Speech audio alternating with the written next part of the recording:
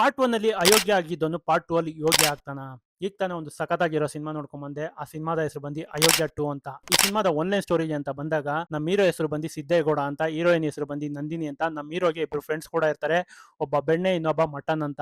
ಇದ್ರ ಜೊತೆ ಅದೇ ಊರಲ್ಲಿ ನಮ್ಮ ಬಚ್ಚೇಗೌಡರು ಕೂಡ ಇರ್ತಾರೆ. ಬಚ್ಚೇಗೌಡರಿಗೂ ನಮ್ಮ ಸಿದ್ದೇಗೌಡರಿಗೂ ಮೊದ್ಲಿಂದಾನು ಆಗಲ್ಲ ಅಂತ ಪಾರ್ಟ್ 1 ಇಂದಾನು ತೋರಿಸಿದ್ದಾರೆ. ಇದೆಲ್ಲ ಒಂದು ಕಡೆ ಆಯ್ತು ಅಂದ್ರೆ ಫೈನಲಿ ಕೊನೆಗೆ ನಮ್ಮ ಹೀರೋಗೂ ಹೀರೋಯಿನಿಗೂ ಮದ್ವೆ ಕೂಡ ಆಗುತ್ತೆ.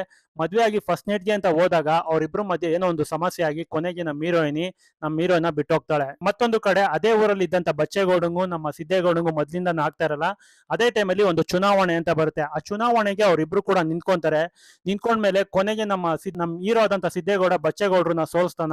ಮತ್ತೊಂದು ಕಡೆ ಬಿಟ್ಟೋದಂತ ಹೀರೋಯಿನ್ ನಮ್ಮ ಹೀರೋ ಜೊತೆ ಬಂದು ಸೇರ್ಕೊಂತಾಳ.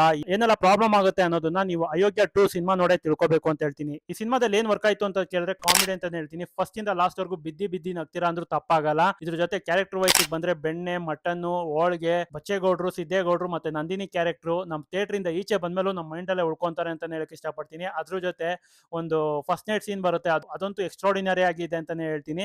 ಮೇಕಿಂಗ್ ಕೂಡ ಚೆನ್ನಾಗಿದೆ. ಒಂದು ಸರ್ಪ್ರೈಸ್ ಎಲಿಮೆಂಟ್ಸ್ ಕೂಡ ಇದೆ ಈ ಸಿನಿಮಾದಲ್ಲಿ ಅಂದ್ರೂ ತಪ್ಪಾಗಲ್ಲ ಅಂತಾನೆ ಹೇಳ್ತೀನಿ.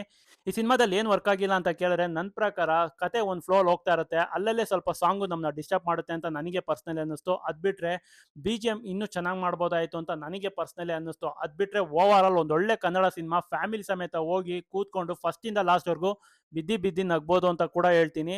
ಯಾರ್ಯಾರೆಲ್ಲ ಈ ಸಿನಿಮಾ ನೋಡಿದಿರೋ ನಿಮಗೆ ಏನ್ ಅನ್ಸ್ತು ಅಂತ ನನ್ನ ಕಮೆಂಟ್ ಬಾಕ್ಸ್ ಅಲ್ಲಿ ತಿಳಿಸಿ. ಇದರಿಂದ ಯಾರಿಗಾರ ನನ್ನ ಕಂಟೆಂಟ್ ಇಷ್ಟ ಆಯ್ತು ದಯವಿಟ್ಟು ನನ್ನ ಪೇಜ್ನ ಫಾಲೋ ಮಾಡಿ ಅಂತ ಹೇಳಕ್ ಇಷ್ಟಪಡ್ತೀನಿ ಗೈಸ್. Thank you.